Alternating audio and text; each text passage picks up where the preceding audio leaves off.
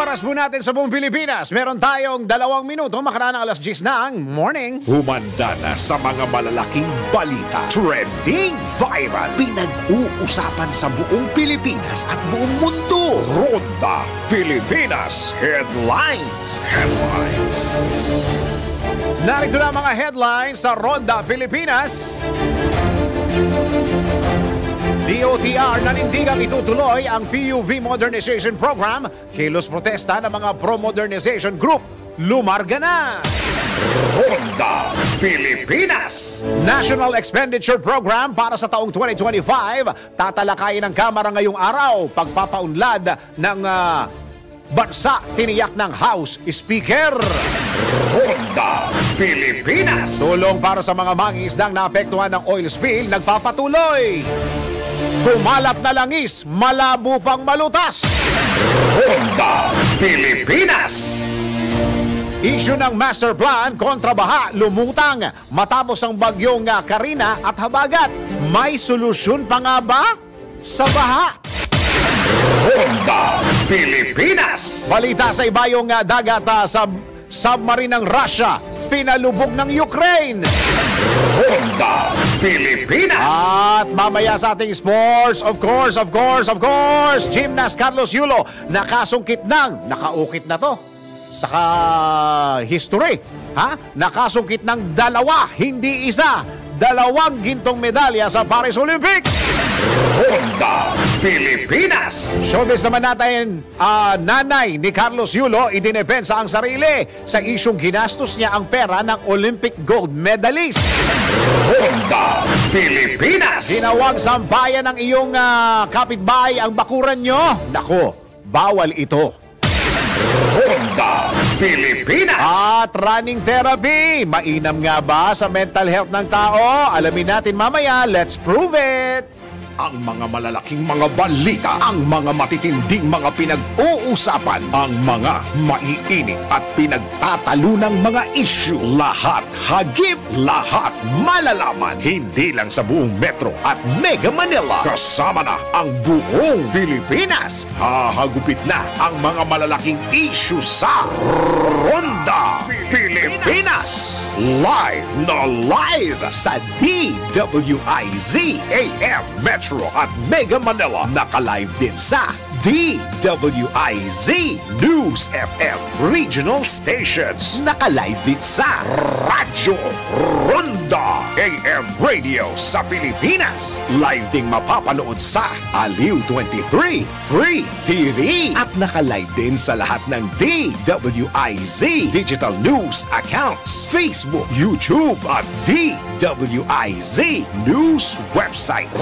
Ronda Pilipinas. Wala nang mahuhuli sa balita. Wala nang maiiwanang issue na hindi mo alam. Ngayon, updated ka na sa Ronda Pilipinas. Kasama si Dennis Antenor Jr.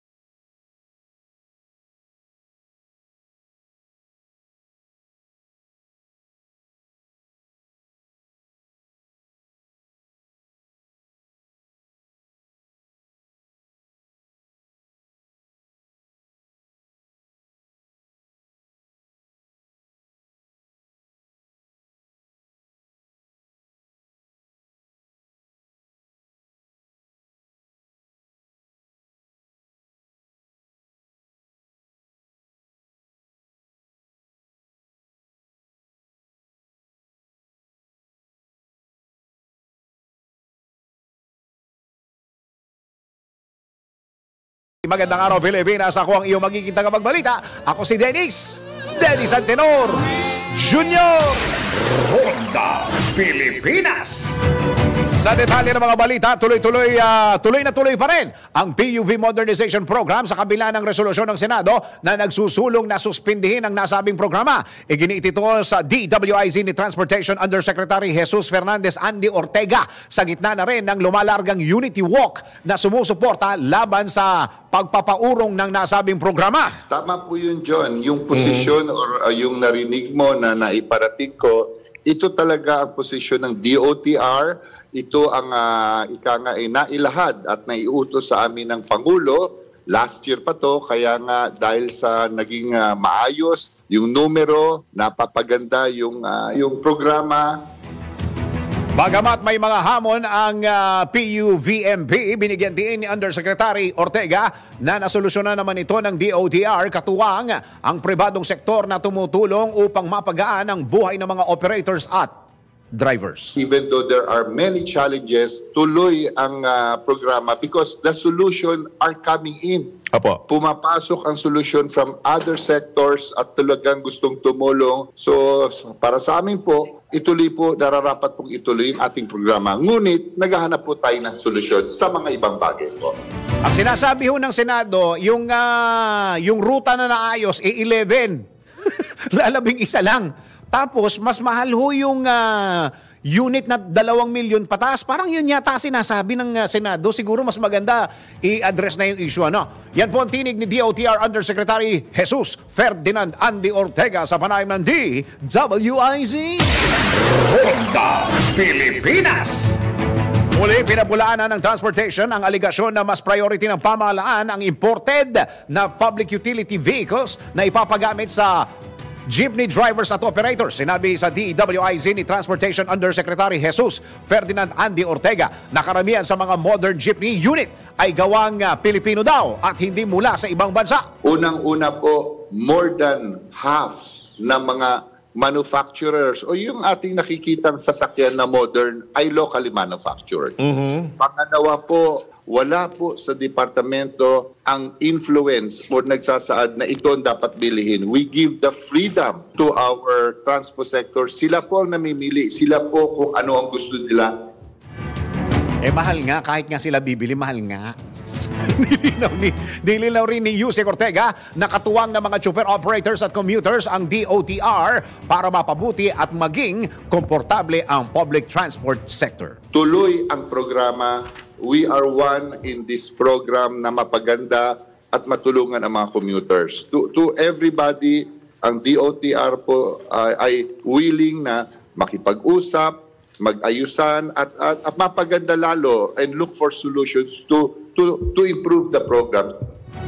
Basta tatandaan nyo mga kababayan ko, resolution lang po ang inilabas ng Senado. Ang final say pa rin yan ay Malacanang. So yun ang inaabangan, yung resolution na yun. Titingnan natin kung may weight yung ginawa ng resolution ng Senado sa Malacanang, kung magbabago ang isip ng Malacanang. Tinig po ni DOTR Undersecretary Jesus Ferdinand Andy Ortega sa panayam ng DWIZ. Ronda Pilipinas. Samantala, tanggap po tayo ng isang report. Mga uniform personnel hindi sakop ng dagdag sahod ngayong taon ayon sa Malacanang. Hindi daw kayo kasali. Alamin natin ang report ni Patrol 13 Gilbert Perdes. Gilbert? Hindi kasama ang mga uniform personnel sa dagdag sahod ngayong taon. Ito ang nilinaw ng Presidential Communications Office o PCO matapos magbigay ng go signal si Pangulong Ferdinand Marcos Jr. para sa aumento sa sahod ng mga empleyado ng pamahalaan. Ayon sa PCO, nakasaad naman sa Section 2 ng Executive Order No. 64 na tanging mga civilian government personnel lamang ang sakop ng salary adjustment. Bukod naman sa mga uniform personnel, hindi rin kasama mga job order contracts of service at ang mga nasa consultancy o service contracts na walang employer-employee relationship.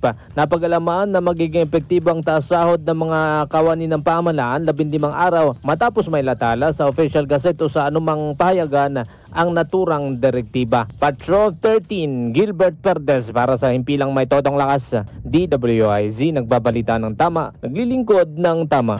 Kapag may bagong balita. Naka-on air, agad-agad, DWIZ Patrol Report. Ronda Pilipinas. Ang gaganda-ganda ng sikat ng araw. Napakaganda ng sikat ng araw. Ang sabi ng mga naglalaba, hallelujah! Sa lahat ng mga naglalaba, hallelujah! Talaga namang nagpapasalamat sila sa Diyos. Lord, thank you sa magandang weather natin ngayon. Ayan. Alamin natin kung mawawasak ang mga plano natin ng paglalaba sa pamamagitan na ng ating live weather report. Pinakahuli, pinaka-latest, pinaka-napapanahon. Whether we like it or not, ito ang magiging DWIZ Weather Report. Hoy, mamaya, abangan nyo po yung ating makakausap dahil, Daryl, itong mga kababayan natin, baka malagay na naman sa alanganin dahil yung mga kasali sa modernization ay nagbabantang mag-strike. O, dalawa na ngayon na nagbabantang mag-strike. Hindi ba nagsimula na ngayon? Kasi may nakita ko na nag-cancel na ng pasok na dahil sa strike. Dahil doon sa Unity Walk. Yung sa Unity Walk. Dahil sa Unity Walk yan.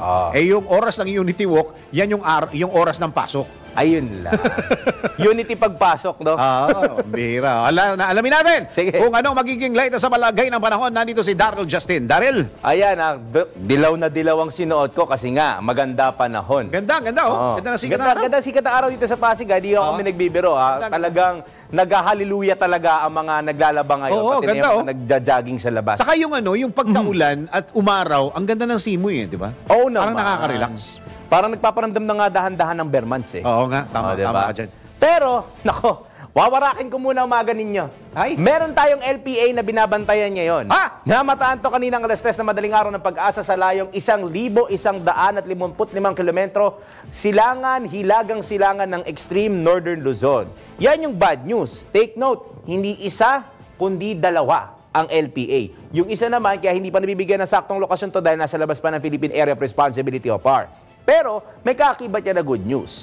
Malabo, ito na naman tayo, malabo o maliit ang tsansa na ang LPA na nasa loob ng Philippine Area of Responsibility ay maging ganap na bagyo. Dahil ang inaasahan na medyo bumibilis ang lakad nito palabas ng Philippine Area of Responsibility. Ang good thing lang dito, Dennis, malapit na siya sa borderline ng PAR. Kaya hindi siya gano'ng makaka-apekta kung hihila man ito ng southwest monsoon o hanging habagat na nakaka-apekto sa Palawan, Visayas at Mindanao, aangat lang ito ng konti at hindi naman ganong kalakas ang magiging epekto sa buong bansa. Pero may isa pa tayong LPA na dapat bantayan kaya sa mga susunod na araw.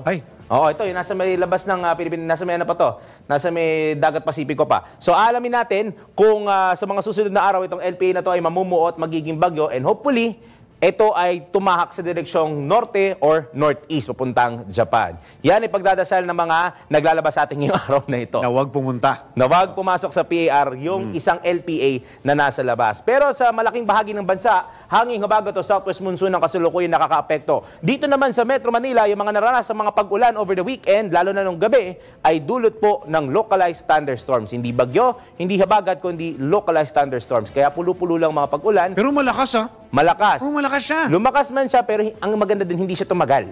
Mga 45 minutes, 1 hour. Parang nagdilig lang siya. Pero yung wedding nung editor natin, oo nga, oo. Si James. Sa outdoor ba ang wedding? Nasa outdoor, pero pumasok na lang kami. Pumasok na lang kasi mulan eh. Pero sinasabi nga nila, di ba, pag umulan, ibig sabihin, bumubuhos ang biyaya. Ganun ba? Pinuhusan mo ba ng biyaya, boss? Ay. No comment. No comment. Pero James, congratulations sa'yo. Congratulations, paring James. Automatic, Ninong. Wala na. No questions asked. Ninong! Ninong. Okay yan. City forecast na tayo. Metro Manila, inaasahan natin na ngayong umaga magiging maaliwalas ang panahon. Pagsapit ng tanghali at hapon, magkakaroon ng mga isolated rains and thunderstorms. Hindi naman lalakas at hindi rin tatagal. Nasa 29 degrees. Pagsapit ng gabi, asahan ng mga pag-ulan all throughout. 27 degrees ang magiging lagay ng temperatura. Sa Metro Cebu naman, sa umaga at tanghali, sisikat ang araw, may mga bahagyang pag-ambon at pag-ulan na hindi naman tatagal. 31, 30 degrees Celsius ang temperatura respectively.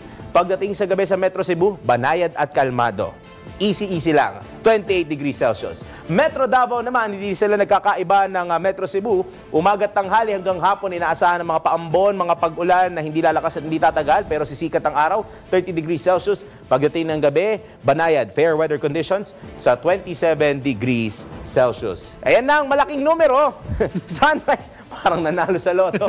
Sumikat ang araw kanina, alas 5:40 ng umaga. Asahan nalulubog ito mamayang alas 6:24 ng gabi. Nakaredy kaya si Kuya Fred Belamala kasi eto na naman tayo sa ating viral na countdown kung saan 142 days to go na lang. Pasko na. Mamamasko po!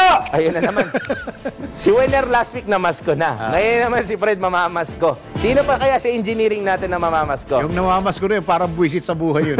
Parang nahilala sa tabi. Sabihin mo nga doon sa anchor, namamasko po. Ay, ano sabihin niyo namamasko po?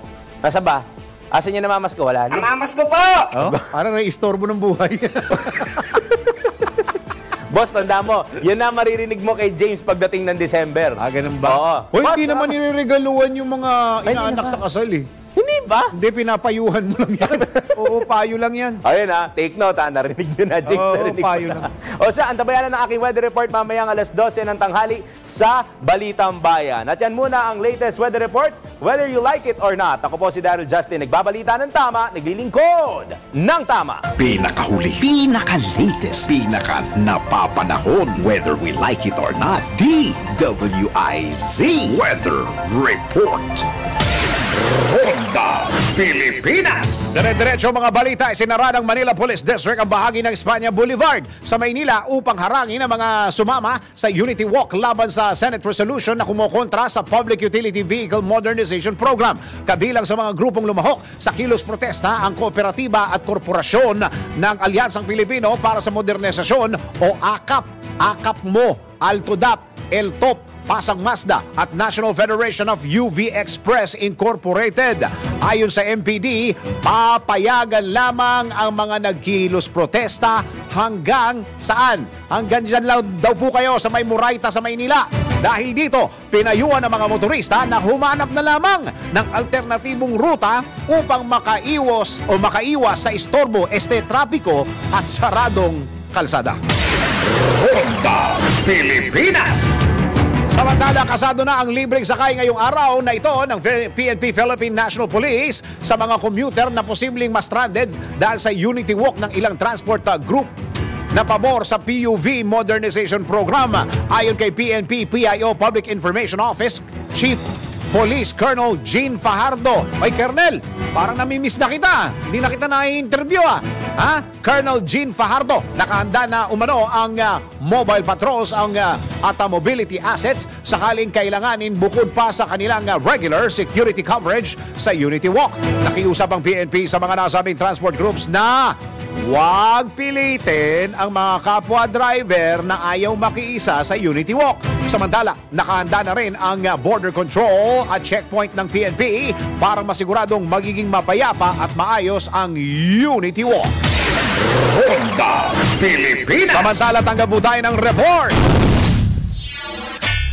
Resolusyon na naglalayong i-congratulate at papurihan si Philippine gymnast Carlos Yulo inihain ni Senator Tolentino sa Senado. Alamin po natin ang report ni Patrol 19, Celi Ortega Bueno. Ati Sally, go! Agad na naghain na resolution si Senate Majority Leader Francis Tolentino na naglalayong i-congratulate o batiin at papurihan si Philippine gymnast Carlo Yulo sa makasaysayang tagumpay na tinamo nito sa 2024 Paris Summer Olympic.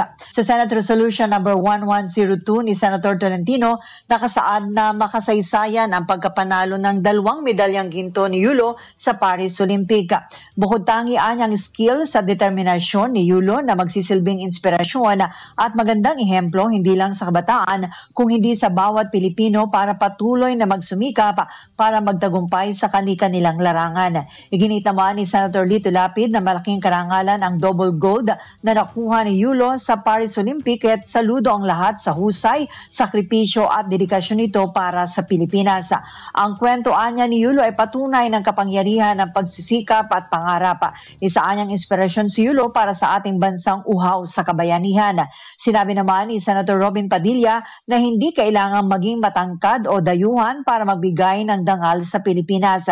Ito anyang napatunayan ni Yulo sa pagbibigay ng 2 gintong medalya para sa Pilipinas sa 2024 Paris Olympic. Ito sa Patrol 19, Sally Ortega Bueno para sa impilang metodong lakas sa DWIZ. Nagbabalita ng tama, naglilingkod ng tama. Kapag may bagong balita, naka-on air, agad-agad, DWIZ Patrol Report. Ronda Pilipinas. Samantala, ano tayo meron tayong siyasat report sa araw na ito. Pero pag-uusapan natin, baha. Issue ng master plan kontra baha, lumutang matapos ang bagyong Karina at habagat. May solusyon pa ba ang problema ng Pilipino, lalong-lalo na sa Metro at Mega Manila sa baha? Narito ang isang siyasat special report. Malalimang pag-alam ng mga detalye para maitama ang mga maling balita sa siyasat. DWIZ Investigative Report. Muli na namang nalubog sa baha ang maraming lugar sa bansa, partikular ang Metro Manila, matapos bumayo ang bagyong Karina at habagat. Sa katunayan, kaagad na isinailalim sa state of calamity dahil sa matinding epekto ng baha ang Metro Manila, Cavite, Batangas, Laguna at iba pang bahagi ng bansa. Sa pinakahuling report ng NDRRMC, nasa halos 4 na puna ang death toll dulot ng bagyong Karina at habagat na nakaapekto sa halos 2 milyong pamilya at bilyong-bilyong pisong halaga ng danyo sa infrastruktura at agrikultura. Kaugnay nito, lumutang ang mga panukalang pagkakaroon ng master plan para sa flood control, bagamat isinusulong na rin sa Senado ang investigasyon sa nangyaring matinding pagbaha lalo na nga sa Metro Manila.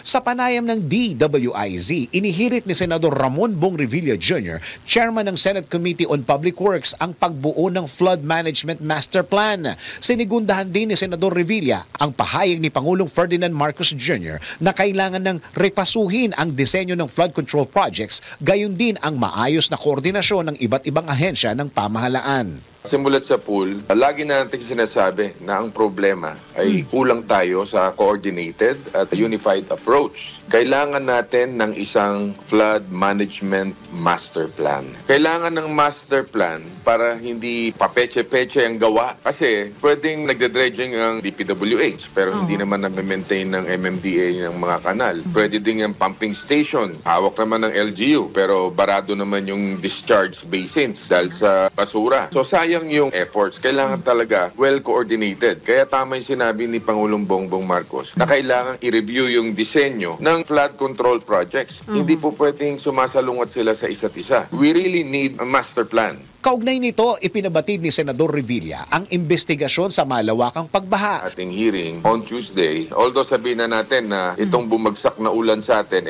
mas matindi pa doon sa tubig na binagsak ng Undoy. Hindi ito ang dapat na maging basehan. Dapat kahit na ano pa yung dumating itong mga pag-ulan na to, kailangan laging handa tayo. So ngayon, sisingilin natin sila. Papatawag natin ang DPWH, MMDA, DENR, kasama din dyan yung DILG, yung mga naapektuhan ng baha. Siguraduhin natin na kung talagang may mga pagkukulang at pagkakamali dito, talagang pananagutin natin sila do. Dahil ang naapektuhan talaga yung tao. Binigyan diin ng OCD Office of the Civil Defense ang kahalagahan ng pagbuo ng komprehensibong plano para masolusyonan ang problema ng pagbaha at kakulangan ng tubig sa bansa. Ayon kay OCD Administrator Undersecretary Ariel Nepomuceno, ang naturang plano ay dapat na nakabatay sa siyensya at maaaring sumaklaw sa 18 major river basins sa bansa. Kabilang dito ang pagkakaroon ng malalaking dam para sa flood control, levee system, irrigation canals, catch basins, relocation, landslide prevention, alarm systems and safety protocols at reforestation. Batay sa pinakabagong advisory ng Pag-asa, ang bansa ay nasa La Nina alert status kung saan may 70% na tsansa na mabuo ito mula Agosto hanggang Oktubre at posibleng magpatuloy hanggang sa unang quarter ng 2025. Samantala, nilinaw naman ni DPWH Secretary Manuel Bunuan na nasa 30% pa lamang ang nakukumpletong completion ng Flood Management Master Plan sa Metro Manila. Sa panayam ng DWIZ, binigyan diin ng kalihim na kabilang sa pinagtutuunang pansin ng ahensya ang pagkukumpuni sa mga waterways o daluyan ng mga tubig.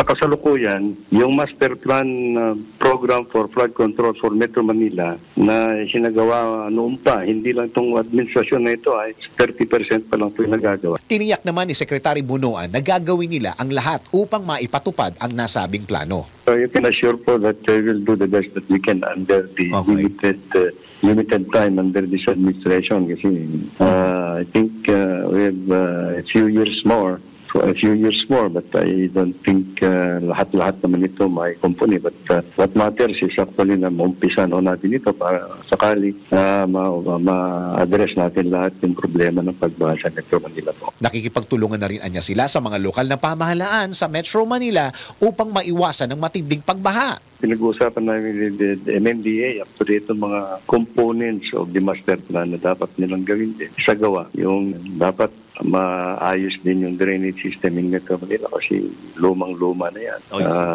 More than 50 years ago na yan. Hindi na ko yung naangkop sa kailangan drainage system sa population at saka sa economy of activities inside Metro Manila. Mas nakikinig pa ang ibang bansa kaysa sa Pilipinas sa mga rekomendasyon ni architect at urban planner Felino Palafox Jr. laban sa pagbaha.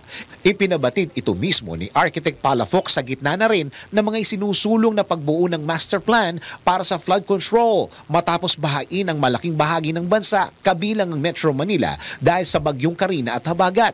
Sinabi sa DWIZ ni Architect Palafox na noon pa ay naipaabot na niya sa gobyerno na mas titindi pa ang pagbaha lalo na nang matapos bumayo ang bagyong Ondoy. Aming hindi ginawa mga recommendations nung mid-70s. Tapos rin-recommend ako nung during Ondoy. Ipinatawag sa Malacanang President Gloria. In-approve niya all our recommendations in further study. Tapos may kontrata with the Belgian contractors to dredge Laguna Lake. In fact, consultant ako nila.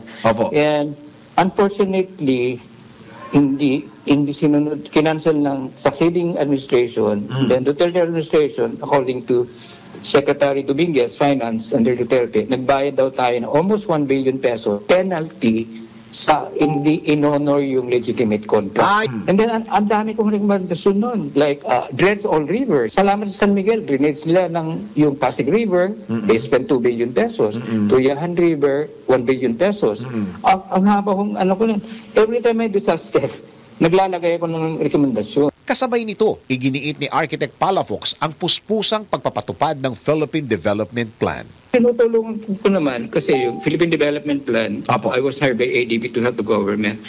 Hanggang 2028 lang. Ang Palafox, parang patriotic architecture na. We're doing a vision plan for Philippines 2050, a first world country, a first world economy. And I think we should elect better leaders. Kasi kung ang gobyerno parang corporation o company, tayo mga taxpayers, investor tayo. Pag investor ka, you should have a return on investment.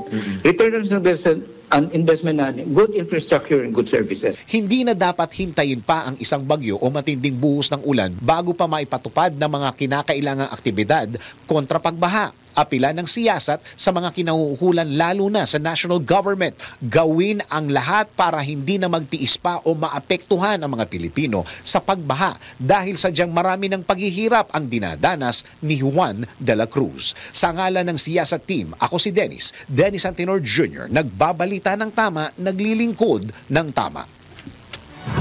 Ikalat ang tama, ikalat ang totoo. Follow these reports on our DWIZ digital channels, DWIZ News website, Facebook, YouTube, and DWIZ X account. Ang tama ang dapat ikalat sa siyasat. DWIZ Investigative Report.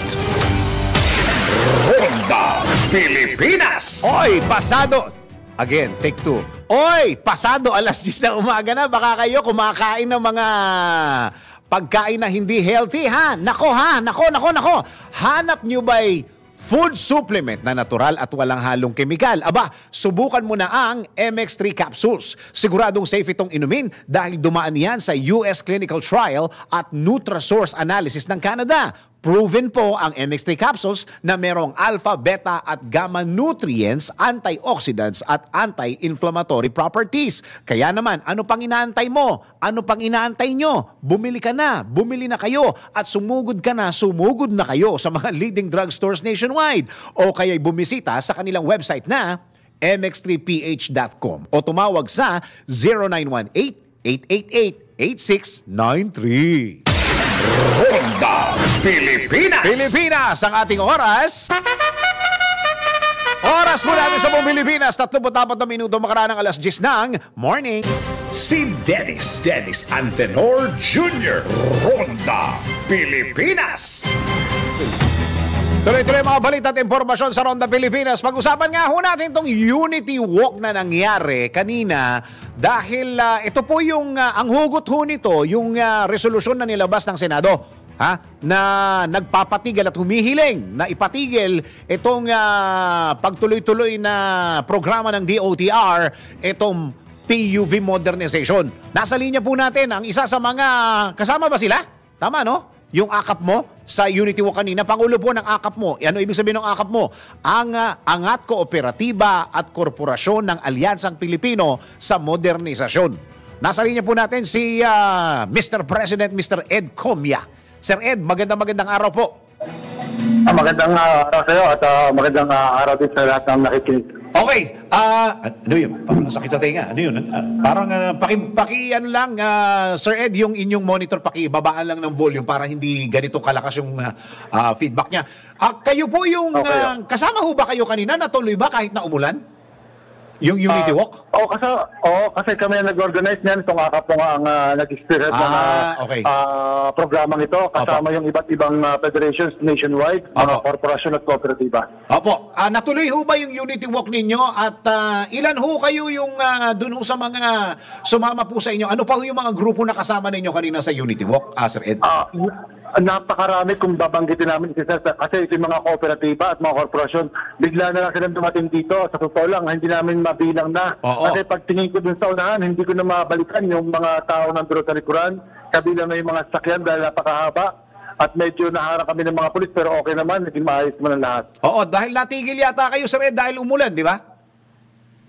Medyo hindi kami pinatuloy dahil meron daw kanina na nag-aalala sila sa security at sa traffic na may kukos namin sa Mindiola sapagkat ngayong araw pala ang opening ng klase dito sa Manila. Opo, opening po ng klase. Lalong-lalo na ho yung mga hindi ho nag-open ng klase dahil ho sa bagyo. Okay, so pag-usapan na ho natin yung purpose po ninyo. Bakit nyo ho ginawa yung Unity Walk na yan? Ito po yung kontra po dun sa inilabas ng resolusyon ng Senado, yung pagpapatigil po ng PUV Modernization Program. Ginawa namin ito sapagkat gusto namin ipaalala sa Pangulo na kami ay 83% ng yumakap sa programa, yung PUV Modernization Program. Kaming lahat ay nag-invest na ng malaking halaga para masuportahan itong programa ng ating pamahalaan. Hindi namin gusto yung nag-desisyon ng Senado, bagaman yan ay recommendatory lamang sa ehekutibo, ay nakakabahala. Baka kasi madenggo yung ating Pangulo at papaniwala na maganda ang kanilang nag-desisyon na suspindihin ang programa. Ay nais namin na ipakita sa Pangulo, ipaunawa muli sa Pangulo na eto kami matagal nang nananahimik, hindi kami lumalabas, hindi kami nag-rally, sapagkat kami sumusuporta sa programa at kami nagtatrabaho ng maayos, naglilingkod, nagsasakay ng ating milyon mga mananakay. Okay. Kaya sabi namin sa Pangulo, huwag mo pong kalimutan na ikaw ay unang-una pag upo mo sa pwesto ay sinuportahan mo ang programa. Opo, pag-usapan ho natin itong 2 punto lang ng Senado. Ang sabi ho niya, paki-confirm ho kung tama, 11 routes lang daw ho yung maayos na pinalabas ng DOTR. Gaano ho ito katotoo? Hindi namin maintindihan kung saan nakuha yan ng ating Senado sapagkat ang pagkakaalam namin, 2 beses lang nag-hearing nang wala pang 1 kalahating araw doon sa Senado At pag-upo ni Senator Chis Escudero sa pangalawang hearing, wala pang 10 minuto, idineklara na kagad niya na suspindihin ang programa. Yun ang unang pagkakataon na nakita siya sa pagdinig ng Senado. Pero hawak daw ho nila yung mga detalye at lalong-lalo na yung mga reklamo ng mga hindi nag-consolidate, Sir Ed. Sa lahat naman ng pagkakataon, meron nagreklamo, pero hindi naman nila pinakikinggan yung mga mas nakararami. Hindi naman namin tinatanggi o hindi naman namin kinakampihan ng gobyerno, ang DOTR, na may mga maliliit na butas o may mga maliliit na bagay na pagkukulang ang ating pamahalaan, pero hindi yun sapat para lumpuhin mo yung programa at patigilid, sapagkat hindi yun magdudulot na maganda. Sa halip, mas malaking perwisyo ang idudulot niyan sa pangkabuuan ng ating bansa. Yung parang sinasabi nyo, yung magsisimula pa lang ng mga korporasyon, mga tinatawag na birth pains niya, kung tawagin, ano? Buti sana kung pagsisimula pa lang, 7 taon na tumatakbo ito. Yung programang yan, lahat naman nagsasabi na napakaganda ng layunin, napakaganda ng intensyon ng PUVNP program. Even yung mga nagreklamo, hindi naman hinihiling na suspindihin yan . Ang gusto ng mga nagreklamo ay gawing 5 taon yung prangkisa at gawing individual. Pero hindi yun ang nakasaad sa programa. Ang gusto ng programa ay gawing mga juridical entity, yung kooperatiba at korporasyon, para magkaroon ng pagkakataon at makapangutang sa mga bangko ng malaki at makapag-usad yung ating mga transport cooperative. Opo. Gaano ho ang katotoo din na marami hong bangko na parang nagdalawang isip at ayaw ma-expose, yung tinatawag na credit exposure na tinatawag doon sa kanilang industriya. Hindi ho ganun ka-encourage o ganong kumbaga parang willingness ay kakaunti o medyo mahina dahil parang ang kino-question daw po ng mga bangko yung kakayahan ng mga jeepney drivers o mga PUV drivers ng pagbabayad ng monthly, Sir Ed. Alam mo, ang totoo, dumarami na nga ngayon na nagbubukas ng pautang. Nandiyan ang RCBC, marami na pakikipag-usap sa mga kooperatiba patungkol sa pautang. Ang Bangko Pakati, magbubukas na yan. Mga cooperative, billionaire cooperative, nagpapautang na. Hindi na rin na napautang. Ang Land Bank at DBT. Bakit ka mo sinasabi na mayroong ganyang takot sa mga financial institution? Sapagkat ang ating gobyerno, atrasabante, lagi na may sumasalungot sa gaya ng Senado. Kung ikaw ba yung mapapautang, matutuwa ka ba sa ganyan? Pero ngayon, malinaw ng direksyon, nagsalita na ang LTFRB ngayon, Chairman Guadis, at dala niya kanina yung mensahe galing sa Malacanang at galing sa Department of Transportation, napasabi ng Pangulo na tuloy ang programa. Kaya kami, back to work ngayon at dikit namin yung magandang balita sa aming mga kooperatiba, sa aming mga manggagawa, na wala nang hadlang, tuloy-tuloy ang modernisasyon. Yun hong hawak ni Chairman Guadis ay galing sa Malacanang at sinasabi ni PBBM na diretso daw po yung programa? Opo, in-announce kanina si Chairman Guadis ay pinapunta rito ng kalihim ng ating DOTR, si Secretary Bautista, para harapin kami dito sa labas ng Malacanang at bitbit niya yung mensahe galing sa Secretary, galing sa Pangulo na tuloy ang programa. Opo, anong oras po niya sinabi ito? Newsroom, baka nakamonitor kayo. Sinabi ho ng Malacanang ayon kay Chairman Guadis na tuloy yung programa. Ibig sabihin, hindi pagbibigyan yung resolusyon ng Senado? Yun po, sabi na nga ng Chairman Guadis kanina, at siya humarap dito sa amin, sa stage dito, na tinapasabi na tuloy ang programa dahil nakausap ni Secretary ang ating Pangulo na hindi titigil ang programa. Opo, mga anong oras po ito, Sir Ed?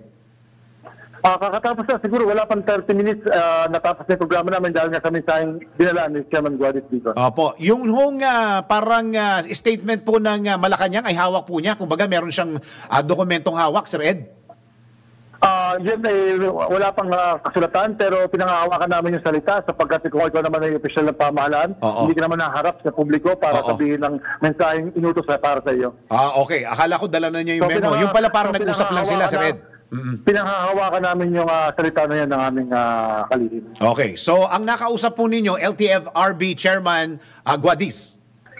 Opo, siya po yung naatasan na magkatid ng mensahe dito sa labas ng Malacanang kanina. Okay. Puntahan ko lang po itong susunod na punto ko. Masyado daw mahal yung unit ng gagamitin para sa PUV modernization. Yun ho bang mga miyembro po ninyo ay hindi nahihirapan sa pagbabayad monthly, Sir Ed? Liwanagin natin yung punto na yan. Okay. Hindi naman yung mga miyembro ang nagbabayad niyan. Sapagkat ang nagbabayad niyan, kaya ginawang kooperatiba at korporasyon, ay nakapangalan na yung prangkisa niya sa korporasyon at sa kooperatiba. Ibig sabihin, ang sumasalo niyan ay ang kooperatiba at korporasyon. Sa kita ay paghahatian ng mga miyembro. At una, pagbabayad ay doon din manggagaling. So hindi yan papasanin ng mga miyembro. Ayan ay pagtatrabahuan ng mga sakyan at ibabayad at ang matitiri paghahatian ng mga miyembro. Okay, so ibig sabihin... Yung impression na mahal yun at hindi kakayanin ng mga jeepney driver. Talagang hindi. Kaya nga ginawa yan na consolidated entity para makapangutang, para magbabayad yung mga korporasyon at kooperatiba. Yun. Okay, sa inyo na po manggaling, Sir Ed. So, hindi ho kayo papayag na masuspindi yung programa. Ano ho ang pwedeng gawin dun sa mga hindi pa ho nag-consolidate? Yan ay pinapaubayan namin sa LTFRB sapagkat tapos na ang konsolidasyon at meron na rin sila mga panuntunan patungkol dyan. So, bahala na ang ating gobyerno para dyan. Basta kaming mga sumunod ay magpapatuloy sa aming pagpapaunlad ng aming mga transportasyon para mabigyan namin ng maayos sa serbisyo ng aming mga mananakay. Okay. Last question ko na, Sir Ed. Since na nagsalita na po si Chairman Guadis, wala na hong mangyayaring unity walk na nakaschedule? Mula ngayong tanghali, balik na sa biyahe yung mga tumigil at kami mga nandito ay pauwi na rin sa aming mga primarya at bit-bit namin ng magandang balita mula sa ating pamahalaan. Yun. Mr. Ed Comia, maraming salamat po sa oras na binigay nyo sa DWIZ. Thank you. Good morning. Pangulo po ng AKAP mo, ibig sabihin ng AKAP mo, angat kooperatiba at korporasyon ng Alyansang Pilipino para sa modernisasyon. Maraming salamat kay Mr. President, Mr. Ed Comia. Ronda Pilipinas! Oh, ilang taon na ba si ilang taon na ba si Sir Ed? Ito, Sir Ed, papaalala ko lang sa iyo, ha? Sa mga kalalakihan diyan, ha? Alam nyo ba na ang karaniwang sakit nyo o natin ay prostate cancer? Ang prostate ay bahagi ng ating katawan na posibleng lumaki patungo ang pagtungtong natin ng edad 45 pataas at kalimitang nauuwi yan sa komplikasyon. Ilan sa sintomas nito ang hirap sa pag-ihi, pananakit ng pelvic area at bone pain. Naku. Kaya naman, para maiwasan ito, simulan mo ng alagaan yan sa pag-inom ng Prostamen. Ang Prostamen ay isang natural dietary supplement siguradong makakatulong para yan sa ating prostate health na sigurado makakatulong sa pagbawas ng paglaki ng prostate. Iba ang alagang Prostamen. Ronda Pilipinas! Pilipinas ang ating oras. 11 minuto pa bago mag-alas 11 ng morning. Ronda Pilipinas! At ngayon, tanggap po tayo ng report. Dagang pondo para sa programa at serbisyong inaalok sa Bagong Pilipinas Serbisyo Fair, tiniyak ng Kamara. Alamin natin ang report ni Patrol 30 Jelly Mendez. Jelly, go! Tiniyak ng Kamara ang karagdagang pondo para sa mga programa at serbisyong iniaalok sa Bagong Pilipinas Serbisyo Fair o ang BPSF. Sa nalalapit na pagsalang ng 2025 National Budget, ipinangako ni House Speaker Martin Romualdez na magkakaroon ng dagdag na pondo ang mga programa at serbisyo na mahalagang bahagi ng BPSF. Gaya na lamang ng kadiwa ng Pangulo, Passport on Wheels at ng Driver's License Registration o ang assistance. At bukod pa rito ay siniguro rin ng House Chief na mayahatid sa iba pang lalawigan sa bansa ang serbisyo fair. At iginiit na walang rehiyong maiiwan, batay na rin sa naging direktiba ni Pangulong Ferdinand Marcos Jr. na batid na layo ng pamahalaan na gawing abot kamay, ibaba ang programa, produkto at serbisyo ng gobyerno para sa bawat Pilipino. Matatanda ang nasa kabuuang 1.26 billion pesos na nahalaga ng serbisyo ang ipinagkaloob sa 253,000 na benepisyaryo sa buong Eastern Visayas. Kabilang na dito ang mini BPSF sa Northern Samar, Eastern Samar, Samar, Southern Leyte at sa Biliran. Ito si Patrol 30 Jelly Mendez nag-uulat para sa impilang may todong lakas sa DWIZ. Nagbabalita ng tama, naglilingkod ng tama. Kapag may bagong balita, naka-on-air, agad-agad, DWIZ Patrol Report. Ronda Pilipinas. Para sa ating balitang pambalakasan, sa mundo ng palakasan, ang latest malalaman sa DWIZ Sports News. Excited lang para kay Carlos Yulo. Gymnast Carlos Yulo, nakasungkit ng 2 gintong medalya. Yehey! Sa Paris Olympics. Sports mula kay Daryl Justin. Sa mundo ng palakasan, ang latest malalaman sa DWIZ Sports News. Muling gumawa ng kasaysayan ng atletang Pilipino sa world stage. Ito'y matapos masungkit ni Filipino gymnast Carlos Yulo hindi lamang isa kundi 2 Olympic gold medals sa ginaganap na 2024 Paris Olympics. Noong Sabado, nagbigay ng stellar performance si Yulo sa gymnastics floor exercises kung saan ginawa niya ang kanyang signature combination ng high tumbles at intricate spins. Nakakuha si Yulo ng excellent score na 15.0. Dahilan upang masungkit ni Yulo ang kauna-unahang Olympic gold medal para sa gymnastics at sa edisyong ito ng Olympics.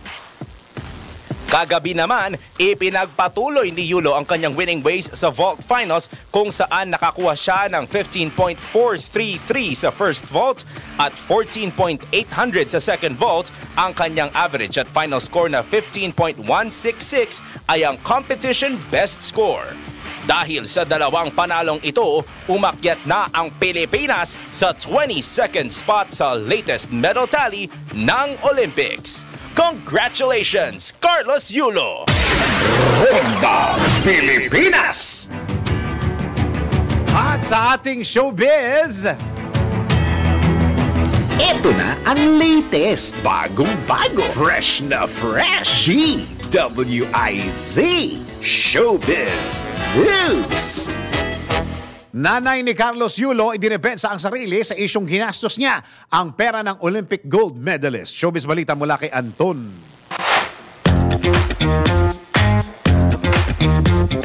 Para sa aking balitang showbiz, ipinagtanggol ni Angelica Yulo ang kanyang sarili matapos nadagsain siya ng pagkondina ng mahalungkat na mga netizen na hindi sila okay ng kanyang anak na si Carlos Yulo. Maging ang pagbati ni Angelica sa Japan dahil nakuha nito ang gold sa overall performance ng gymnastic habang pang 12 lamang ang kanyang anak. Lumabas din ang issue na manoy winaldas ni Angelica ang pera ng kanyang anak kaya't lalong dinagsa ito ng pagbash mula sa mga netizen. Ngunit sa interview sa nanay ng gymnast, sinabi nito na intact at walang nabawas sa pera ni Carlos. Bagamat inamin ni Angelica na hawak niya ang bank passbook ng kanyang anak, ngunit nakapangalan umano ito kay Carlos kaya't wala siyang karapatang withdraw ito at buo raw nakuha ni Carlos ang pera nito na nagkakalaga ng 11 million pesos sa BDO account nito.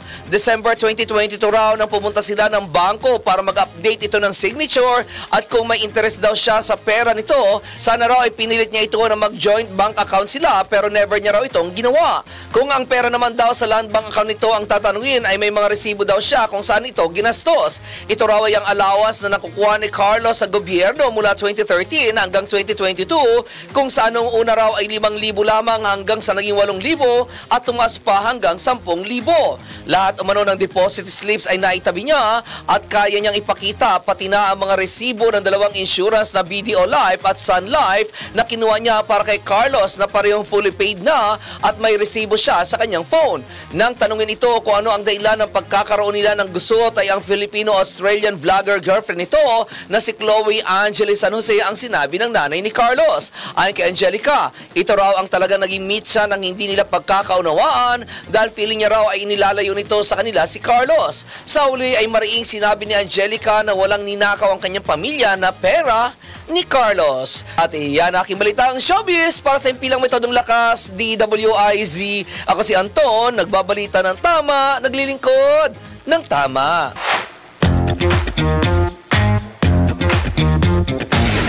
Ronda Pilipinas! Naalala ko tuloy yung problema din ni EJ Obiena. Oo. May problema din siya yata dun sa allowance nung coach niya sa Pilipinas. Parang gano'n, di ba? Talaga yung mga, may mga personal na problema. Kaya, ang taas ng respeto ko doon sa mga tao, ang galing-galing mag-concentrate doon sa ginagawa nila. Talagang hindi nagpapa-apekto. Bago tayo magpaalam, tayo muna magpatama quote of the day. Ang ating patama quote of the day ay, walang take two ang buhay. Kaya piliin natin maging masaya kahit maraming dumarating na problema. Ayan, alam mo, question din nito ng concentration talaga eh. Kung makakapag-concentrate ka dito sa ginagawa mo, mas magiging masaya ka. Huwag mong isipin yung muna mga problema. Tulad ng mga athlete na yan.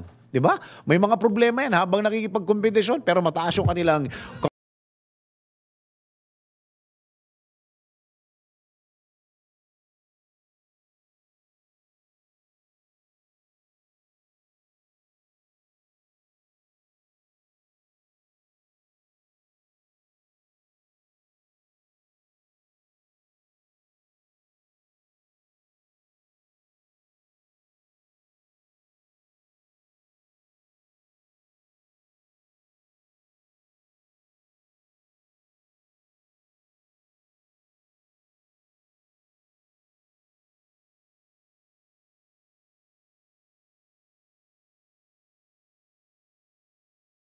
ang mga maiinit at pinagtatalunang mga issue. Lahat hagip, lahat malalaman. Hindi lang sa buong Metro at Mega Manila. Kasama na ang buong Pilipinas. Hahagupit na ang mga malalaking issue sa Ronda Pilipinas.